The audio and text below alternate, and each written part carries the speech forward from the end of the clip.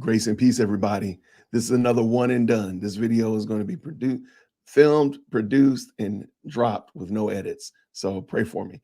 I'm going to be doing a live reaction to Vivek Ramaswamy going to Chicago to meet with the constituents of the city of Chicago and to hear their complaints and ask him questions. I think it's a dope philosophy.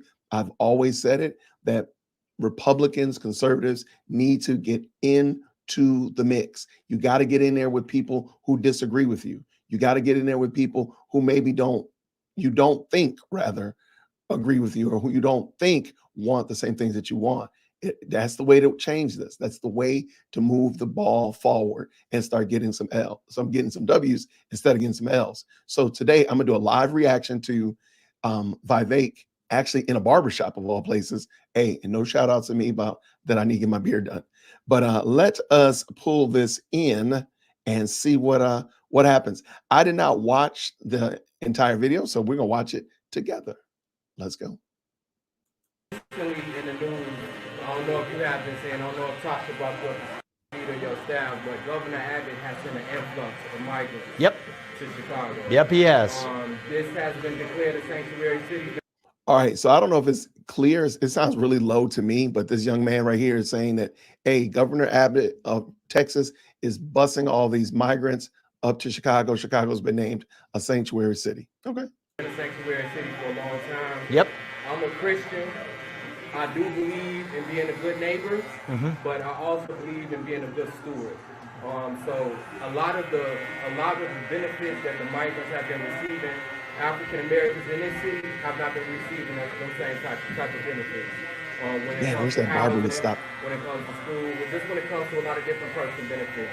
Yep. My question to you is, all right, I want that barber to, clearly the barber is cutting his hair right in front of the microphone because he's mic'd up with a lapel mic. Hopefully you can hear it clearly. That's a great question this young man is asking. But he gave a lot of build up. Let's see what the actual question is. And I backed it up again. Migrants have been receiving, African Americans in this city have not been receiving those same type of benefits. When it comes to housing, when it comes to school, just when it comes to a lot of different personal benefits. Yep. My question to you is, and the South Shore High School, as you know, is going to house. Thank you for stopping. Possibly thousands of migrants, right? Yeah, we're going there next. A lot of our neighbors feel the way about that. My question to you is, I just want to point out just some things I've noticed already. Vivek has not taken his eyes off this guy. I don't think Vivek has even blinked. When the barber moved that chair, his eyes stay locked on that man. I like that. I think that is a great way to demonstrate that you're interested in what the person is saying, that person has value, that you care about them. But just keep your eye on them. Like, I got my eyes on you. I see you. All right, let's go. How would you handle that situation? How would you handle the influx of migrants? Because we definitely don't want anybody to be homeless. But in a sense, also, we definitely want to make sure that we are criteria making sure that African Americans who have been homeless have top priority as well.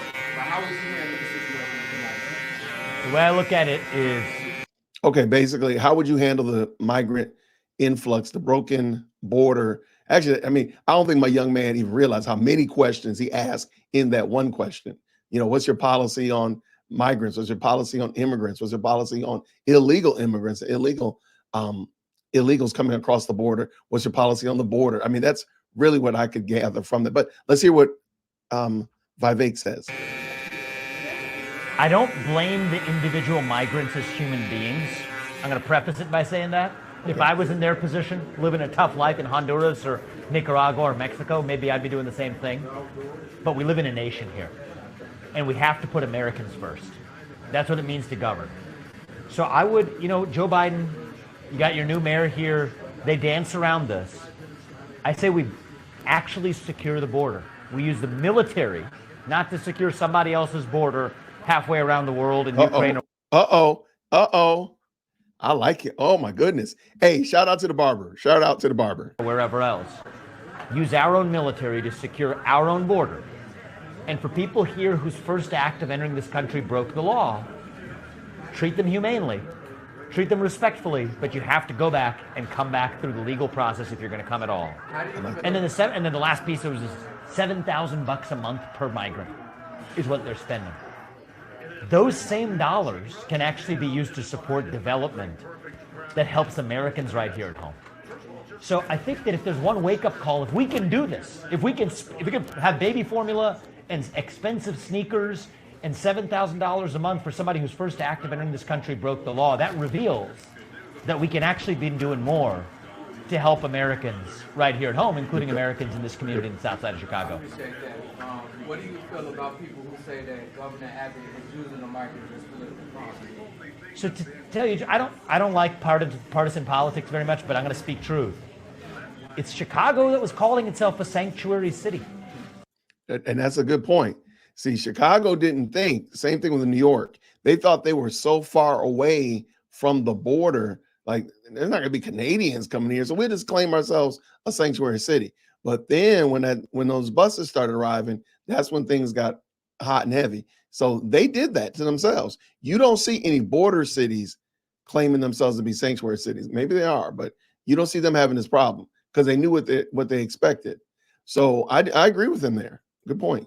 Right, your mayor boasts to the country that we're a sanctuary, that we're the ones who are going to make people come. So I don't blame, in this case, the person who's saying that I'm protecting the residents in my state. If somebody else wants to say that they're a sanctuary city, and then people actually send them, I think it's your mayor that bears accountability for that. I'm not blaming him for the sake of blaming him. I'm blaming him. I think that the citizens of this city can hold him accountable to say that, you know what, how about you look after the people who actually lived here and voted for you and pay taxes here and actually live here and whose families have lived here, rather than solving somebody else's problem somewhere else. That's where I think the problem actually rests. Okay. Keep it up. Keep it up, Mr. Ramaswamy. Please keep it up. Please do not let your foot off the gas, because this is the type of leading America has been craving for. This is the type of, definitely the type of answer that America needed.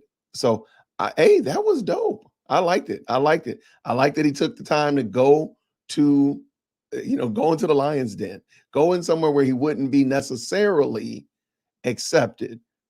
But he's done this multiple times. And I think it's impressive. I think it's impressive that he's willing to get in there and answer tough questions. That's not an easy question. And not to throw Abbott under the bus, not to throw the mayor and the governors under the bus. He didn't even throw Biden under the bus, really. He's I think that was a great answer. I think it shows his leadership. It shows his confidence in his answers. And I've always said this, being in a situation where you're being challenged about your beliefs is not a bad thing. It's actually what you want, because now you know what you believe and you know why you believe it. And you're able to answer because you've just answered it in a tough situation. And this is a tough situation. And hey, that was pretty dope. So, all right, hats off to you, sir. I'm gonna keep my hat on my head because I need to go to the barbershop. But I appreciate that. That was good. Thank you so much.